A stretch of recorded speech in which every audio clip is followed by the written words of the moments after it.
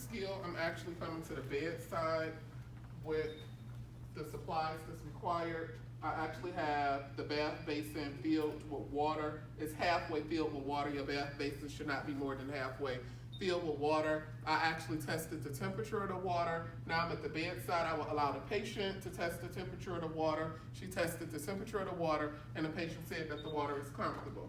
This is a skill, perineal care, that I will be exposing the patient's skin. Any event you are exposing a patient's skin or a part of their body that they're uncomfortable with, you are required to provide privacy. To provide privacy, I will actually pull this curtain. Of course, I'm not going to pull it so we all can see, but I will pull the curtain to provide privacy with this skill. This is a skill that I will come in contact. I can potentially come in contact with blood or body fluids. Any event that I will come in contact with blood or body fluids, where there's a potential for me to come in contact with blood or body fluids, I am required to put on gloves. You want to communicate with the patient throughout the skill, inform the patient of everything that you will be doing. For this skill, of course, I will have soiled linen. So either I will have plastic bags right here with me. My plastic bags will already be open to drop the soiled linen in it, or I will have a hamper with me to drop my soiled linen in, okay?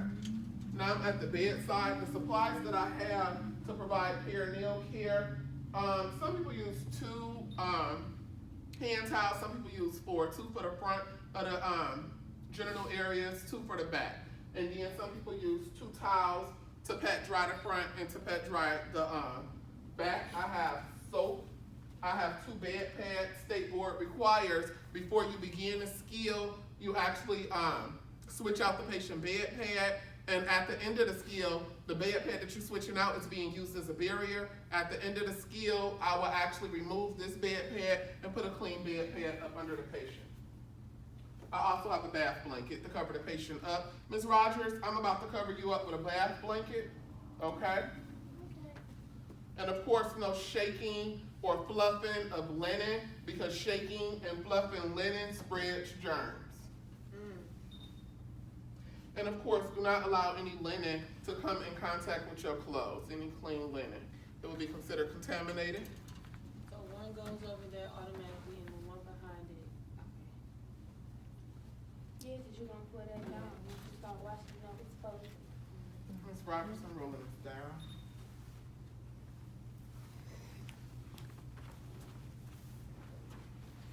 And of course, you will keep the patient covered up. We do not expose patient's skin unnecessarily. And with this skill, looking at this bed, of course I have to reposition this patient. Should I ask for help? Yes, I should ask for help. If I had to reposition the patient by myself, I will only turn that patient towards me.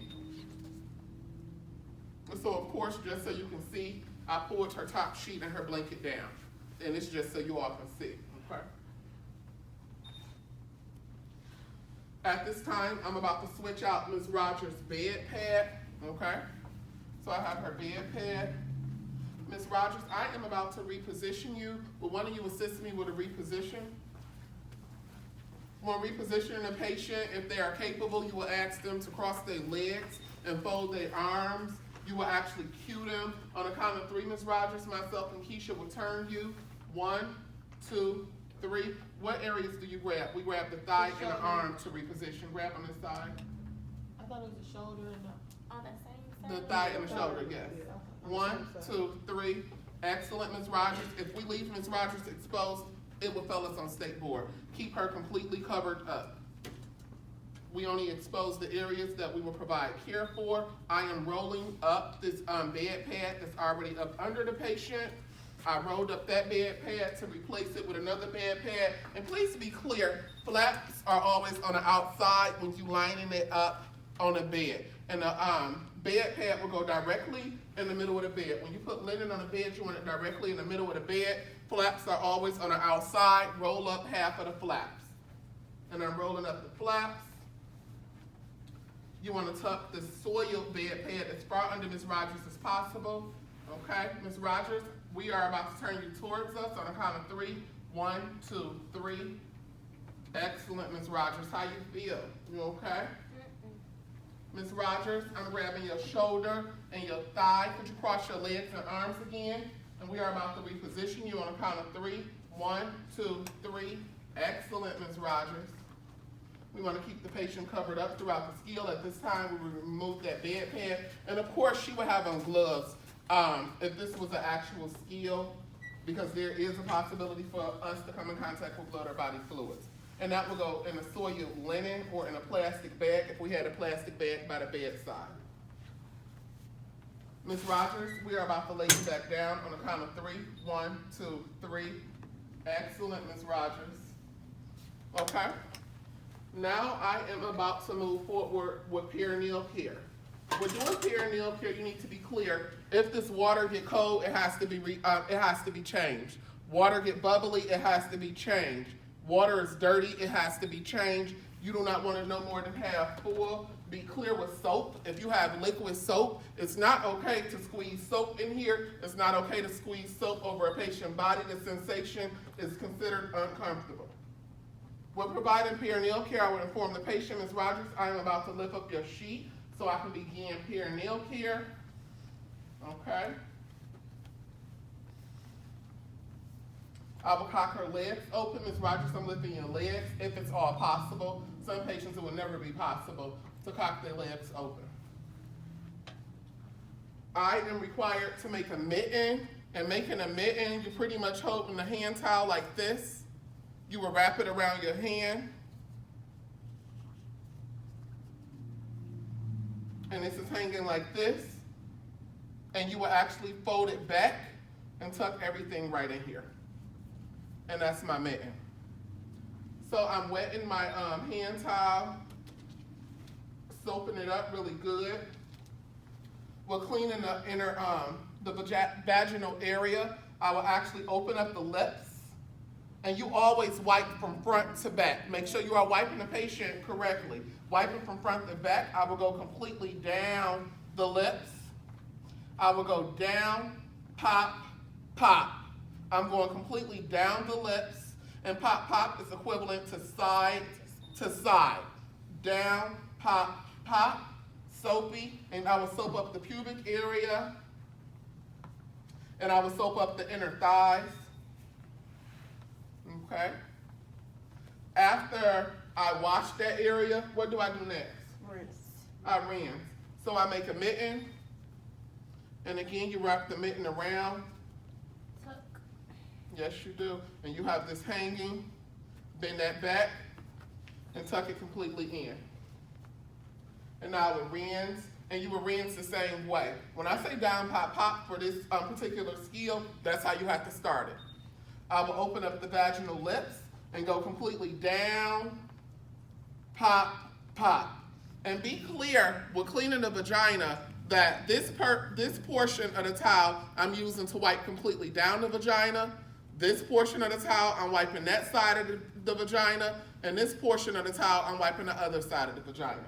And you will rinse the pubic area and the inner thighs, leaving no soap. Afterwards, what do I do next? Pat dry. I'm gonna pat dry the area. You okay, Ms. Rogers? Make sure you are communicating with your patient throughout the skill. You can do the skill perfectly fine without a flaw, and you never talk to your patient and you failed the state board. So you wanna make sure you communicate with your patient throughout the skill. Ms. Rogers, I'm gonna lower your legs, okay? Good job, Ms. Rogers. Lower your gown. I'm gonna pull the bath blanket back down. What am I about to do now? Put the blanket back on. No, you're gonna change her bed pad. Oh, I'm take the soil. For the booty. about to clean her buttocks. That's part of the perineal area. The perineal area consists of the penis, the vagina, and the buttocks. On the count of 3, Ms. Rogers, I am going to turn you towards Keisha. Okay? On the count of 3, we grabbing your, cross your legs, fold your arms, grabbing your thigh, and grabbing your shoulder. 1, 2, 3. Excellent, Ms. Rogers. You okay? You are. So I will expose her buttocks, because this is the area that I'm about to clean. You want to only expose that area. Again, I made a mitten.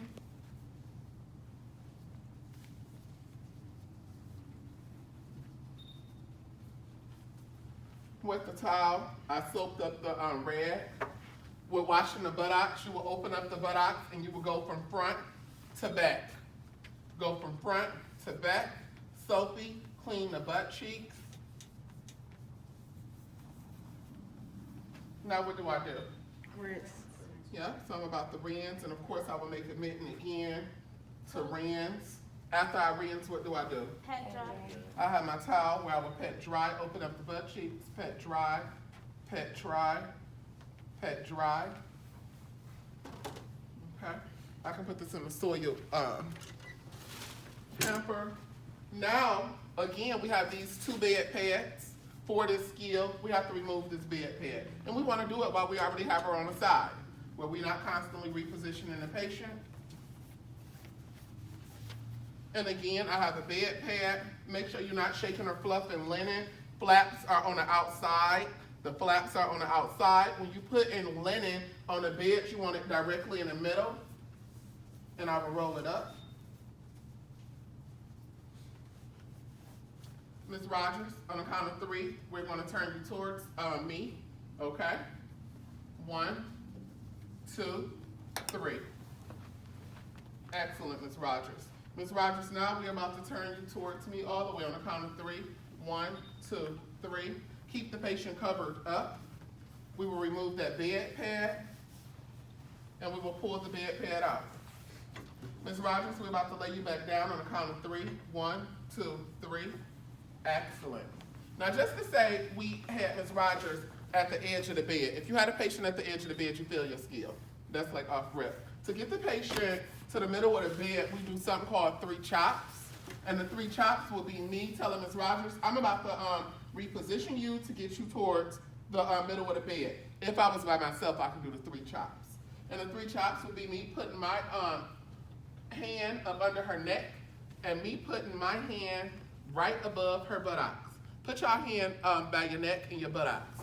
And you will pull that patient over at that area on the count of 3, Ms. Rogers. I'm pulling you over. You want to do everything on the count of 3. 1, 2, 3. Excellent, Ms. Rogers. You okay? The next area will be above the buttocks. And behind the knees. And at the crease of the knees, correct. Count of 3, Ms. Rogers. I'm pulling you over. 1, 2, 3. Excellent, Ms. Rogers. You're doing an awesome job. And the last area will be at the bend of the knees and above the ankles. 1, 2, 3 to pull the patient over. Now that I'm finished with this portion of the skill, I can roll her blanket back up.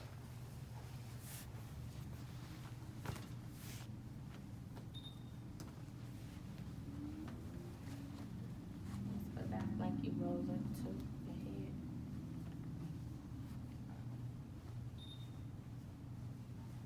And you always roll linen away from you. And to end my skill, I will actually tell Ms. Rogers, you want to tidy up the room.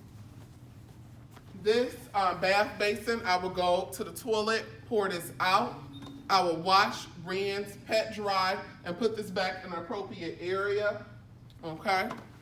My hamper, I will have to put that back where it came from. So I'm gonna say I put all of this up. I remove my gloves. Of course the gloves will go in the garbage. Now that I'm finished with this skill, or that portion of the skill, you have to end all skills the exact same way. Ending all skills, this bed is not plugged up. I will make sure that the bed is in lowest position. I will make sure all wheels are locked in the room. I will make sure the room is clean and tidy. Ms. Rogers, are you comfortable? Here's your call light. Make sure the patient have her call light. I will open the privacy curtain back up. And last, I will inform her, Ms. Rogers, I'm about to step away. Is there anything else you need from me? No? Okay, I'm about to wash my hands. I'll be back to check on you periodically. And that's the skill.